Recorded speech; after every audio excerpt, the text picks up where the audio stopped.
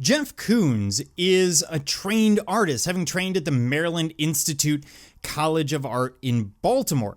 He will start his life as a commodities broker in New York before moving more into the art world. And he will find prominence in an early 1980s series involving the exhibition of vacuum cleaners and other everyday commercial products, very much in the same vein as Fountain by Duchamp. What Koons is doing here is calling our attention to the design ideas of these products that we see every day. Very similar to Jasper John and flags, very similar to Duchamp looking at the urinal. This is ready-made art. Now, he does the same sort of thing looking back at art history, which is not surprising given his training, when he looks at the Venus of Willendorf in the form of a balloon sculpture. And here we get into some very interesting elements. Obviously, the form is legible as the Venus of Willendorf, but you'll notice instead of the classic pubic triangle, he puts the nozzle of the balloon right between her thighs, giving us the impression of female genitalia in a way that could arguably be seen as rather obscene. That being said, he's very familiar with art history. He's very familiar with what has come before, but he is stripping the context from a lot of this material so that what we get is something that makes us question everything. For example, in this case, is this really the Venus of Willendorf? Is it really art? Is it really a balloon or steel? Does it matter?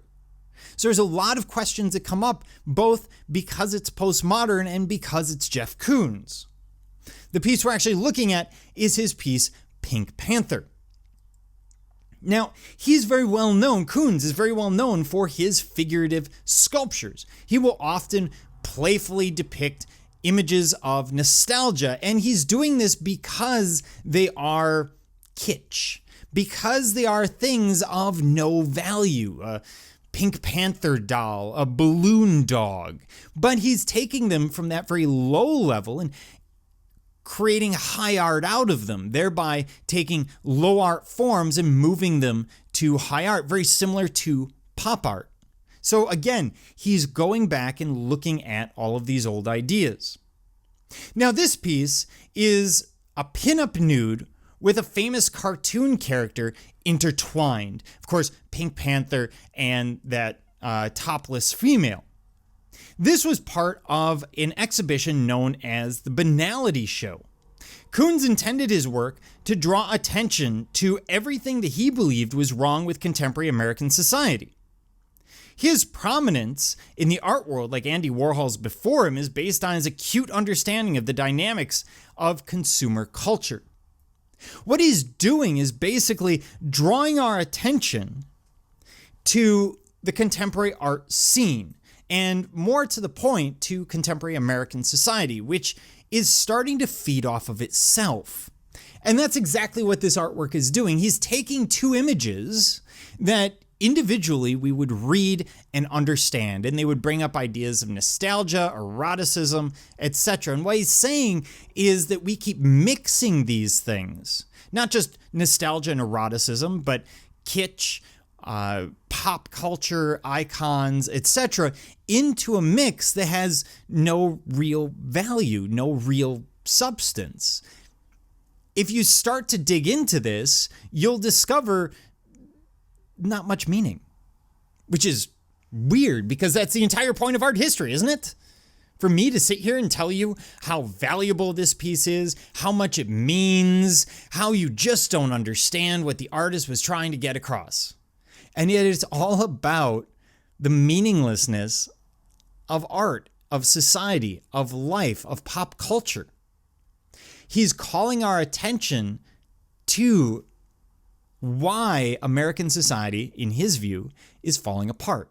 And this is very postmodern. The interpretation is going to be individual. It negates any rules of sculpture or art that came before. In fact, Koons probably didn't even create the piece. In many of these cases, especially as we get into very contemporary art, the artist frequently comes up with the idea, but someone else will actually make it, which leads to the question of, is it art? He's breaking all of the rules, creating something that is ultimately going to be seen as postmodern.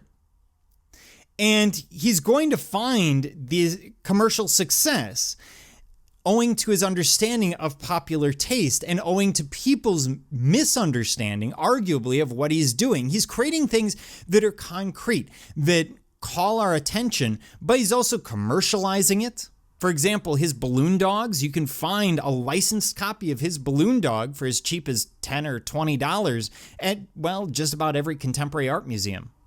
And he laughs his way to the bank. All of his art, all of Koons's art, is a reflection of a society that is increasingly lacking depth.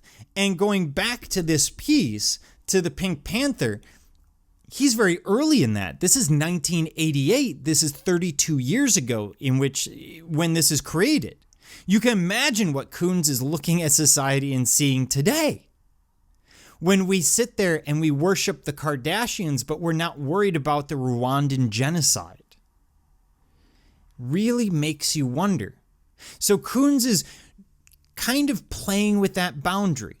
Conceptual, postmodern, meaningful, banal, all over the place. But that's the beauty of his work, that individual interpretation and that constant satirization of modern American society.